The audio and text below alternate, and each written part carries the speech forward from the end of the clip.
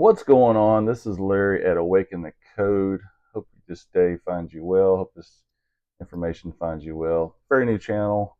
Just something I'm playing with here on the side. I watch a lot of spiritual things, and come to find out, there's a lot of spiritual people out there, even in the motorcycle industry and sim racing industry that I've run across just from little tidbits of information they'll post here and there. But anyway, so I digress. I was just thinking about it today, well, many times before, but uh, the situation with the whole world, right? So if you follow a lot of mediums and stuff, um, even tarot and all that, it's all a clusterfuck of the world we live in, right? But I do believe that we come here, we manifest ourselves here, through the birthing process, and we choose to come here in reincarnation just to play, just to have fun out here on this earth. Maybe go through new challenges that we maybe failed in previous lives. If you think about it, you're just a fractal being of yourself here in this body, and I do like listening to, say, Bashar, and then also Abraham Hicks. They're very inspirational medians to listen to, right, and learn from as well. Nowadays, of course, anybody can be a spiritual advisor, and and it's just really what resonates with you if it makes sense to you. So I remember back, just kind of going back in the days when I was learning the Bible. My mom would teach me, and she grew up in a Christian or Catholic church rather, and she hated it because the nuns there were extremely mean and just beat you to death with switches. And so she really grew up hating church and what it was all about and stuff, because it definitely wasn't about love to her. But she would read the Bible to me and stuff, and I remember some phrases in there about reincarnation, that it was true that you come back again and again. But that Bible is probably so old that I don't think it's in the newer ones as I've heard nowadays. But anyway, so it got me thinking about reincarnation, and then of course you come here, and this world is a matrix that we live in and play in, and it's like you got this matrix that you come into, that you want to play this game, right? And Earth is kind of the school. If you listen to Bashar, it's like a school. So whether you follow that route or not, I don't know if it's really a school or not, because I don't think you're really getting graded by anybody but yourself. So maybe it's more like a video game to me. And you come here to accept the challenges, to have the boss fights, right? In between, in between, the segmented challenges that you may face. It's organized chaos, basically, and you're going to come across situations that you have to overcome, that you put there because you want to overcome these situations, albeit, say, stage fright, or maybe it's height. So you decide to jump out of an airplane, perfectly good airplane, but with a parachute. And so 333 was on the clock, huh? And but anyway, it's interesting because I do believe in reincarnation. You come here to play again, but so then what's the purpose of life? And so I'm thinking, well, the purpose of life is to experience life in all its glory, whether it's good, bad, or ugly. And your perspective defines it as good, bad, or ugly. So what's good for you may be bad for someone else, and what's bad for someone else may be good for you. You've heard the line, another man's trash is another person's fortune, right? And so that holds true. And so there's tidbits of information that gets funneled through the world space here, and it's usually just to kind of teach you a little lesson, or define something like someone's trash is another person's riches, right? Just to be a little coy about things. But there's some hidden meanings in that, and so I find it interesting. But yeah, so reason of life is to have a tangible experience while you come here, and I think that holds true, because I can't really explain why else would you come to this chaotic world, if you do truly decide to come here, as a lot of mediums say. Why would you come here? Well, you think about it, you're infinite intelligence, right? So whenever you pass back to the spirit world, you already instantly love. You have zero doubts. You have nothing as far as um, something tangible, right? Only thing you have is your thoughts, right, and your experiences.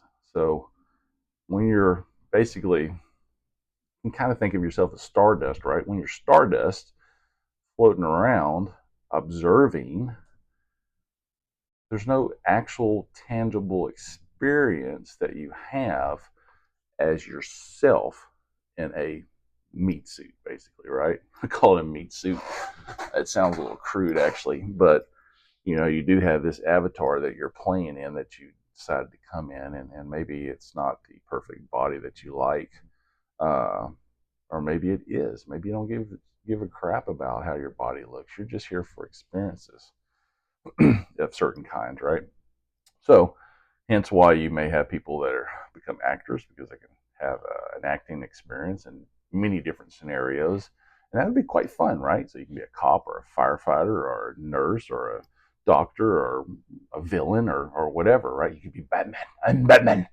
You could be Spider-Man, Superman, all these heroes, right? And have these fun experiences in a short lifespan of, say, 75 years, right? And let's face it, your first 20 years is a bunch of BS anyway. You're just kind of getting your feet wet and learning kind of what you want to do, right? Once you hit your 20s, then life starts slapping you in the face and you got to go do something, right? Supposedly, at least you should be doing something and have some kind of direction. And you get to play that out until you're about, 60 years old, and then you're pretty much, going to hang it up at that time and retire, hopefully. But that, of course, that brings on a whole nother a reasoning of retiring. But what I want to really get to is when it comes to, say, retiring, because I'm 54, so I got a few more years to go before I can retire. I remember in the old days you could retire like at 55, and I think that should be implemented again. But the problem is money, right? So some people tell me, well, yeah, I hear families say, "Oh, money's a root of all evil." I'm like, not really. Money's not the root of all evil. There is no money. There is no. I guess you could say there is evil. Of course, there are some pretty evil things that go on, but money's not a part of it. Money is just a tool, and so you use it to buy yourself stuff, to have experiences. So when you're here on this earth, it's all about experiences, right? So how do you get around? You can't do anything in this realm without money. You can't eat. Well, I take that back. You can love and breathe without money. That's about the only thing you can do without money. But you can't eat without money. You can't, and you wouldn't urinate without money because you wouldn't have any fluids. So unless you're just sticking your head outside and collecting water to drink from, there's that, right? But anyway, you get what I'm saying. You can't do anything without money. You can't vacation without money. You can't have um, pleasurable experiences without money. You can't have good health without money. Nothing without money. So you wouldn't have the stock market without money. You wouldn't have cars without money. Or would you? Why?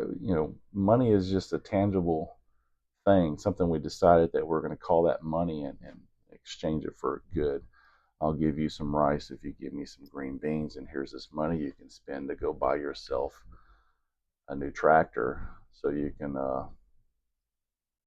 help farm rice, right? And then I'll buy myself a tractor so I can help farm green beans. But what if everything was free? Would the world collapse? No, I don't think so. Everything absolutely free. Kind of, it rings a bell to me, and it's been ringing a bell for a long time. But if you take money out of the situation, I'm not saying go back to the barter system. I think the world's kind of set up pretty good as far as we have electricity, we have housing, we have plants that we put in our yards, and we have vehicles that we drive. Everybody just keep doing what they're doing.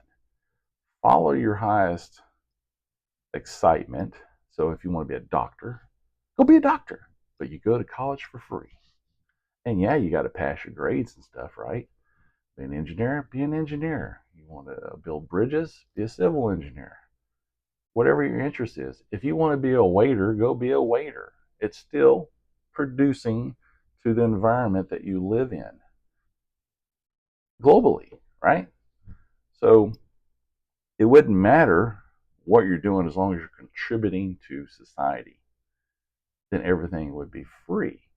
So you'd have free electricity, you'd have free water, you'd have free cable, free phones, free cars, free motorcycles, free video games, everything free. And you know what? Everybody would be happy. You know why? Because they're still doing things that they enjoy with zero limitations to obtain anything they want. And I think what we end up finding out is that people at first will probably start collecting a bunch of stuff and then realize they really don't want it. And then they'll just give it away to someone else that may want it, right? Because there will be supply and demand. So I'm sure the line will be out the door for everybody that wants a Ferrari. And the people that make Ferraris won't have enough uh, resources, manpower to make these Ferraris, right? So there'll be a waiting list for some things, but not everybody wants a Ferrari. Some people are just totally fine with a Toyota Corolla, right? They just want transportation from here to there. It doesn't matter. As long as you're contributing to society, everything is free. And then you know what? You get to retire. Set a retirement age. Say 50 years old, 55 years old, something like that, right? Something, when you're still young enough to and active enough to do stuff, that's a good age to retire. And then you could say travel the world and do whatever it is that you want. And your kids, of course, continue on and their kids and so on and so on. So just a little thought I had to throw out there. What if everything was free? Huh? Leave a comment below what you think would happen. Think about it. If everything was free, there would be no stock market, be no 401k. There would be no price gouging. It would just be products. Farmers would still farm. People would still build houses. But the thing is, people that enjoy doing these things would do these things, right? Not just someone does it because they need a job, but you'd have to contribute to society. Would be no bums. Be no bums. Be no people living on the street, because there would be someone that's going to build a house for them or an apartment or something for them, right? Pretty cool idea, I think. But anyway, leave a comment what you think below. See you later. And thanks for watching.